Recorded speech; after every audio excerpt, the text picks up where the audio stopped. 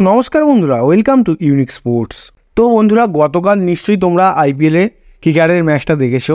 আর সেই ম্যাচটা কিন্তু কলকাতা পুরোপুরি নিজের দোষে আবারও একবার হারলো। তো কালকে কলকাতার পুরোপুরি ব্যাটিংয়ের ব্যর্থতার কারণেই কালকে কিন্তু কলকাতা ম্যাচটা হেরেছে।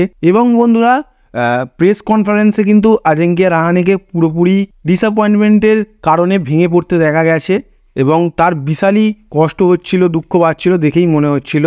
তো বন্ধুরা, কালকের ম্যাচে কিন্তু কলকাতা দুর্দান্ত লেভেলের বোলিং করে এবং এইবারের আইপিএলে সেরা টিমগুলোর মধ্যে একটা টিম পাঞ্জাবকে কিন্তু মাত্র 111 রানেই কিন্তু অল আউট করে দেয়। কিন্তু বন্ধুরা, কলকাতা ব্যাট করতে এসে মাত্র 95 রানেই অল আউট হয়ে যায়। কিন্তু তার থেকে বড় কথা হচ্ছে, যখন বন্ধুরা কলকাতা রান চেস করতে আসে তখন কিন্তু প্রথম দিকে যা কলকাতা খেলছিল দেখে মনে হচ্ছিল 10 ওভারের মধ্যেই খেলাটা শেষ হয়ে যাবে। তো বন্ধুরা, কলকাতার ব্যাটিং লাইন আপের প্রথমে ওপেনিংয়ে যেই দুটো ব্যাটসম্যান নামে তাদের দুজনের মধ্যে একজন কিন্তু প্রত্যেকটা ম্যাচেই ফ্লপ যাচ্ছে, একটা ম্যাচ বাদ দিয়ে। নারিনের কাছ থেকে আমরা আশা করি না, কারণ নারিন বোলিংয়ে উইকেট নিচ্ছে, ব্যাটিং তিনি করতে পারেন বা না পারেন সেটা কোনো বড় কথা হচ্ছে না। বাট ব্যাপারটা হচ্ছে, মেন ভূমিকা কিন্তু ওপেনিংয়ে ডিককের ওপরে থাকে, আর সেই ডিকক কিন্তু প্রত্যেকটা ম্যাচে খুবই বাজে পারফরমেন্স করছে।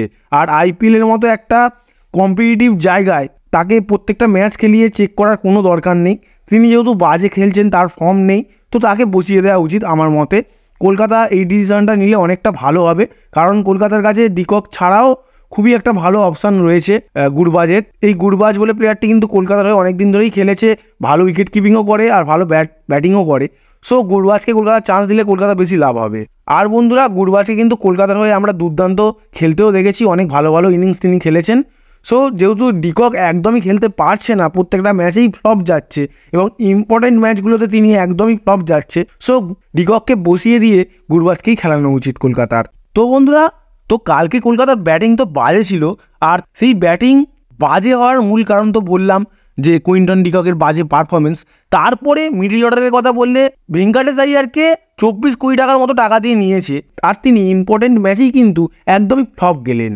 এবারে রিঙ্কু সিং আর রামানদীপের কথা বললে, যেখানে অনেক বল বাকি ছিল, একটু ধীরে ধীরে ঠুকে খেলে সেট হয়ে গেলে আরামসে ম্যাচটা বেরিয়ে যেত, সেখানে ভুল ডিসিশনের কারণে দুটো ব্যাটসম্যানই আউট হয়। তো সেটা কিন্তু খুবই খারাপ লাগলো কলকাতার মিডল অর্ডারের পারফরমেন্স দেখে। এবারে রাসেলের কথা বললে, রাসেলকে নিয়ে আমরা তেমন কিছু বলতেও পারবো না, কারণ তিনি একটা ওভারে 4 ওভারে 2 6 একটা 4 মেরে রানটাকে অনেকটাই কাছে নিয়ে চলে এসেছিলেন। বাট তার খেলার ধরনটাই ওইটা। হ্যাঁ, আমরা আশা করি যে রাসেল একটু ধরে যদি খেলতো তাহলে হয়তো ম্যাচটা জিতে যেত, বাট কিছু বলা যাবে না, কারণ তিনি অনেকটাই চেষ্টা করেছিলেন। আগের ব্যাটসম্যানগুলো চেষ্টা করেননি, সেটাতে কিন্তু অনেকটাই কলকাতার হারার কারণ হয়ে দাঁড়িয়েছে। এবারে ব্যাপারটা হচ্ছে, এটা একদম আমি লজিক্যালি কথা বলছি না, বাট একটা কথা বলতে পারি যে মঈন আলীকে কলকাতা খেলাতে পারে, কারণ তিনি হয়তো কলকাতার লাকি চাম, কারণ তিনি যেই কটা ম্যাচ খেলেছেন কলকাতা সেই কটা ম্যাচ জিতেছে। এইরকম কোনো ব্যাপার নয় যে তিনি খেললে জিতবেই, বাট মঈন আলী কিন্তু দুর্দান্ত বোলিং করে, তো তাকেও চান্স দিতে পারে। তিনি ব্যাটিংও খুব একটা খারাপ করেন না। আর বন্ধুরা, তিনি স্পিনারদের যেহেতু মোটামুটি ভালোই খেলেন, সো কালকে থাকলে হয়তো অনেকটা সুবিধা হতো কলকাতার, কারণ তিনি ভালো ব্যাটিং করতে পারেন, ধরে রাখতে পারেন, কারণ টেস্টে আমরা তার ব্যাটিং দেখি। সত্যি বলতে গেলে কালকের পারফরমেন্স কিন্তু কলকাতার ফ্যানদেরকে অনেকটাই আঘাত করেছে। আর তোমাদের মতে কলকাতা টিমের কী কী পরিবর্তন করা উচিত, কোন কোন প্লেয়ারকে আনা উচিত বা কোন কোন প্লেয়ারকে বাদ দেওয়া উচিত, তা তোমরা কমেন্টে জানাতে পারো। আর আজকের ভিডিওটা এতটুকুই।